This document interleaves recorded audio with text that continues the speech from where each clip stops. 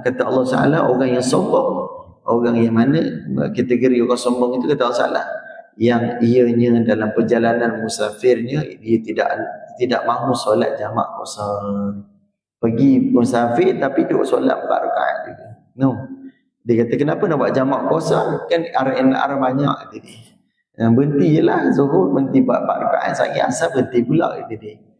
Maka dia tak tahu benda tu ruksah keringanan daripada Allah Ta'ala.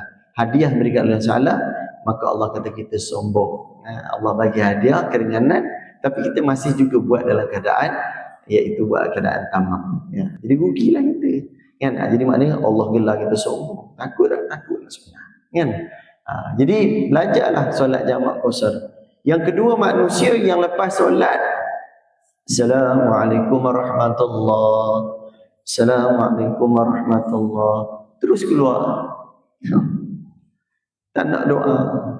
Itu manusia sombong, kata Allah salah. No. Jadi macam tu imam tu kata 1, 2, 3 bakal keluar habis. Doa lah sikit. Kan?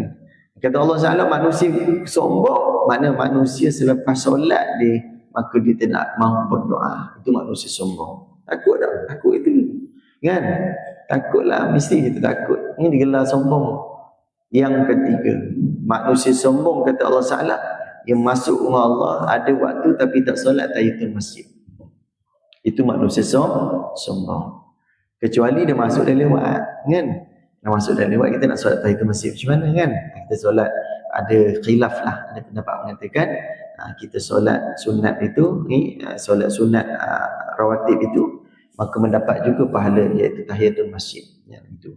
Jadi maknanya kalau masuk masjid, kalau awal jangan sembang kat luar, kan? Masih ada waktu, kan? Duduk kat motor lagi, duduk kat parking lagi, duduk kat kerusi lagi, kan? Tapi solat 2 rakaat nak. Ini makna Allah kata manusia itu adalah manusia sombong. Jadi lepas ni jangan. Jadi kita dah masuk, kan, dalam masjid, Allah dah pilih kita, Allah jemput kita. Bukan semua orang dijemput oleh salah, kan, untuk masuk masjid. Maka 3 golongan tersebut kata Allah kata golongan itu sombong.